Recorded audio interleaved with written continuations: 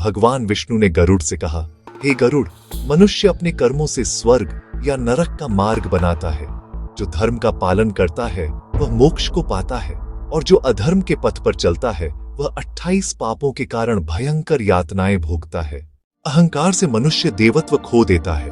असत्य बोलना आत्मा की पवित्रता को कलंकित करता है।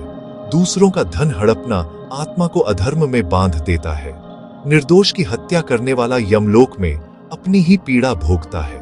विश्वास तोड़ना आत्मा को दूषित कर देता है। ईर्ष्या मन की शांति को नष्ट करती है। लोभ वह अग्नि है जो आत्मा को जलाती है। क्रोध धर्म को भस्म कर देता है। दूसरों की निंदा करने वाला अपनी आत्मा का अपमान करता है।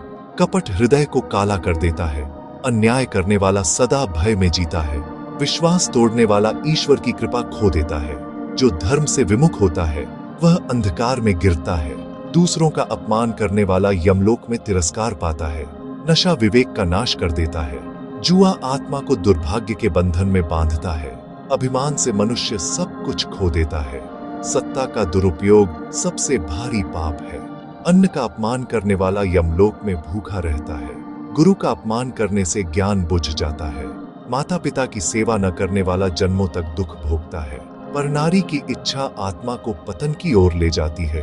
दान न करने वाला धन को आग में खो देता है।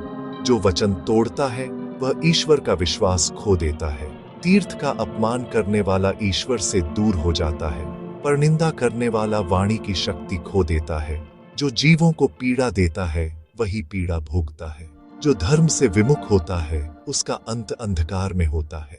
हे गरुड़, जो इन 28 पापों से बचे रहते हैं वही मोक्ष के अधिकारी हैं। धर्म ही आत्मा का प्रकाश है और अधर्म उसका पतन।